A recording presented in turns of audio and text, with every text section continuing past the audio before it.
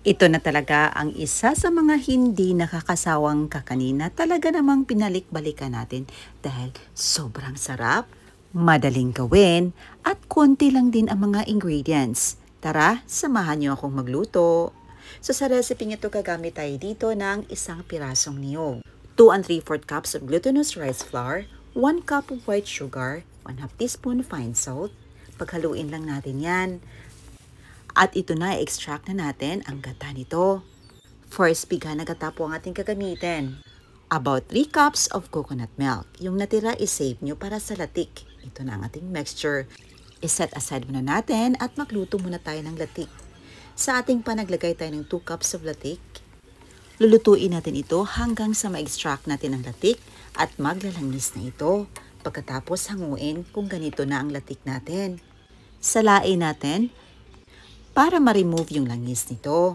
Pagkatapos lutuin na natin ang ating mixture. Stirring constantly para hindi masunog at magpantay ang pagkaluto nito.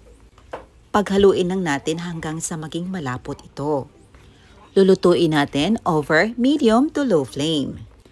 At malalaman natin na luto na ito kapag nag-change na ang kulay at naging makunat na ang ating mixture.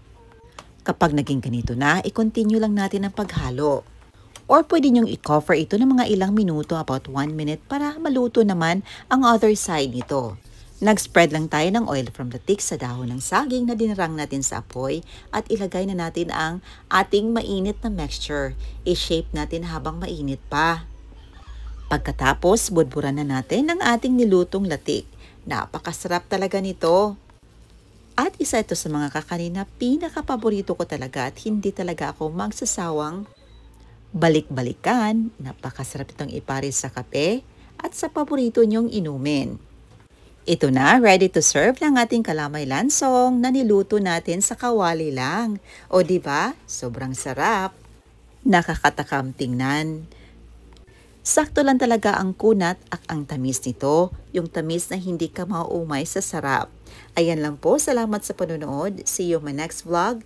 God bless you all and stay safe everyone. Bye and enjoy!